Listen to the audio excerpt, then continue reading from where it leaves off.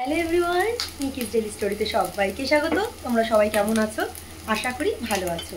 আবারও নতুন একটা দিন, নতুন একটা ভিডিও তোমাদের সামনে নিয়ে চলে এসেছি। আর ভিডিওটা এখন থেকে শুরু করছি। ঘড়িতে হয়তো এখন বাজে, দেখে বলছি, বাজে হচ্ছে 10টা। সকালের জলখাবার রেডি করছি, আর এদিকে মামা রেডি করে দিচ্ছে আর কি। কী করছে না করছে অবশ্যই তোমাদের সাথে শেয়ার করবো। আর একটু বাজারে যাবো, তাই সকাল সকাল একদম খাওয়া দাওয়া করে নিই। তারপরে বাজারে গিয়ে কী কেনাকাটি করছি অবশ্যই তোমাদের সাথে শেয়ার করবো। চলো। মা তো ওদিকে সমস্ত খাবারগুলো গরম করে রেখেছে। তা আমার মনে পড়লো হঠাৎ করেই যে ফ্রিজে বিরিয়ানিটা রয়েছে, তা খাবার নষ্ট হওয়ার থেকে খেয়ে নেওয়াই ভালো। আর আজকে সমস্ত কালকের খাবার দিয়ে বাসি তো অবশ্যই, তো সেটা দিয়ে খেয়ে নিলাম।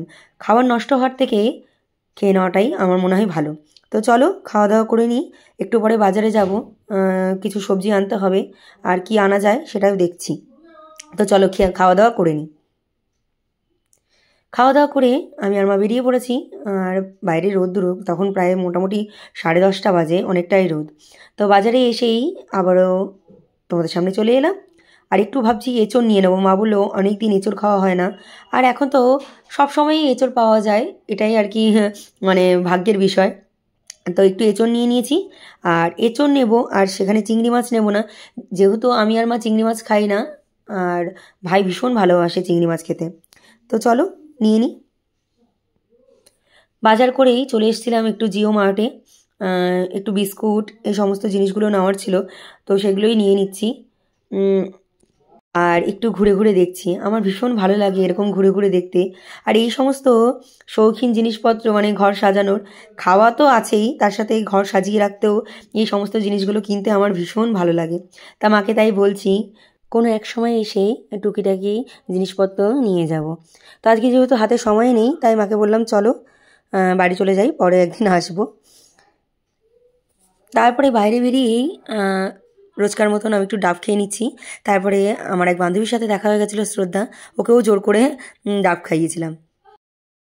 বাড়ি এসেই মা ঝটপট করে সমস্ত কিছু ধুয়ে একদম রান্না বসিয়ে দিয়েছে। আমি তো টেরও পাইনি, কারণ আমি ভিডিও এডিট করছিলাম। তো দেখলাম এসে একদম সব কিছু মশলা কষিয়ে নিয়েছি, চিংড়ি মাছ ভাজাও হয়ে গেছে। তো মাকেই বললাম তুমি এঁচড়টা খুব ভালো রান্না করো, তুমি রান্না করো।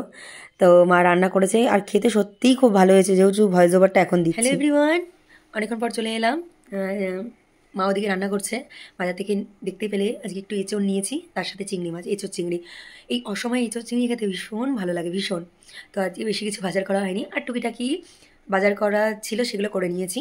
আর একটু গিফট কিনতে গিয়েছিলাম, তার কারণ কালকে একটা নিমন্ত্রণ বাড়ি আছে, অবশ্যই তোমাদের সাথে শেয়ার করব যে কোথায় নিমন্ত্রণ বাড়ি আছে। কেমন?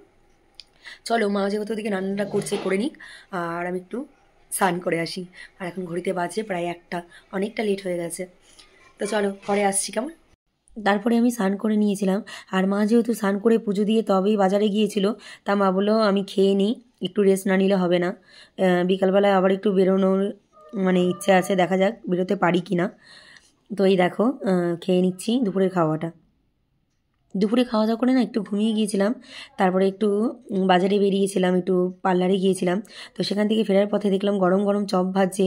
সেই স্মেলটা যখন নাকে এলো, ব্যাস আর তো থাকতে পারলাম না। ওই জন্যেই গরম গরম চপ নিয়ে চলে এলাম বাড়িতে। বাড়িতে এসেই আবারও গরম গরম চা করে নিয়েছে, আর চপগুলো সুন্দর করে সাজিয়ে নিয়েছি। এই শীতকালে গরম গরম চা, না দুধ চা খাচ্ছি না, আমরা লিকার চাই খাচ্ছি, তার সাথে গরম গরম আলুর চপ আর সিঙ্গারা, আলাদাই যেন একটা টেস্ট পাওয়া যায় এই চায়ের সাথে সিঙ্গারা চপ খেতে। তোমরা কি বলো? তোমরা কে কে খেতে ভালোবাসো অবশ্যই আমাদেরকে জানিও তো। আর আমাদের এই সন্ধ্যাবেলার আড্ডাটা বেশ জমে যায় এইভাবে গল্প করতে করতে, চা খেতে খেতে। তো চলো চা খেয়ে নিই, পরে আসছি। চাটা তো অনেকক্ষণ আগেই খাওয়া হয়ে গেছে। তারপরে দেখি মা হঠাৎ করেই তিলের নাড়ু বানাচ্ছে, বেশ ভালোই লাগছিল। অসময়ে তিলের নাড়ু, তিলের নাড়ু তো মা একমাত্র লক্ষ্মী পুজোর সময় বানাতে, অসময়ে খেতেও বেশ ভালোই লাগে, তাই না? আর এখন রাত বাজে প্রায় 10টা, আর ভাই আমাকে বললো আমি আলু সিদ্ধ খাবো, আর মুসুরির ডাল সম্বারা দেবে পেঁয়াজ দিয়ে, সেটা দিয়ে আর ডিম অমলেট দিয়ে খাবে। তো সেটাই করছি। ডালটা আগে সিদ্ধ করে নিয়েছি, ওই ডালের মধ্যে আমি আলু সিদ্ধ দিয়ে দিয়েছিলাম। প্রেশার কুকারে দিয়ে দিলে না ঝটপট করে রান্নাটা হয়ে যায়। খেতে যে খুব একটা খারাপ হয় তাও নয়, খেতে ভালোই লাগে। সবসময় যে প্রেশার কুকারে রান্না করলে সেই জিনিসটা খারাপ হয়, এটা ভুল ধারণা আমার মনে হয়। তো চলো, ওদিকে তো আলু সিদ্ধটা মাখা হয়ে গেছে, ডাল সম্বরাও দেওয়া হয়ে গেছে, এদিকে ডিম কুচিটা করে নিচ্ছি। আমি একটু এঁচড় দিয়ে আর একটু আলু সিদ্ধ দিয়ে খাবো ভাবছি।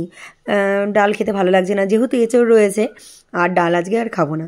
তা ভাইকেই এই সমস্ত কিছু করে দিচ্ছি। ভাই দুপুরবেলা খেয়েছিল, ভাই বলে আমি আর এখন এঁচড় খাবো না, আমাকে এই সিম্পল খাবারটা বানিয়ে দে, এটা খেয়েই আমার হয়ে যাবে।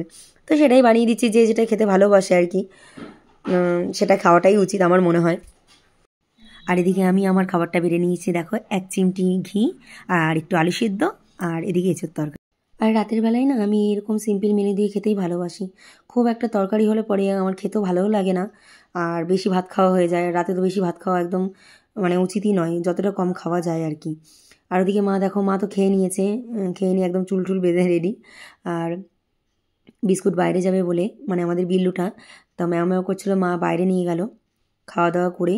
এইবার শীতকাল মানেই তো একদম ক্রিম টিম মাখতেই হবে 3 বেলায় একদম নিয়ম করে।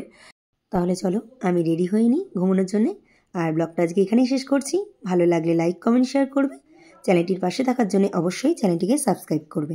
আগামীকাল নতুন একটি ভিডিও নিয়ে চলে আসবো। ততক্ষণ তোমরা সুস্থ থেকো, ভালো থেকো। আজ আসি, টাটা।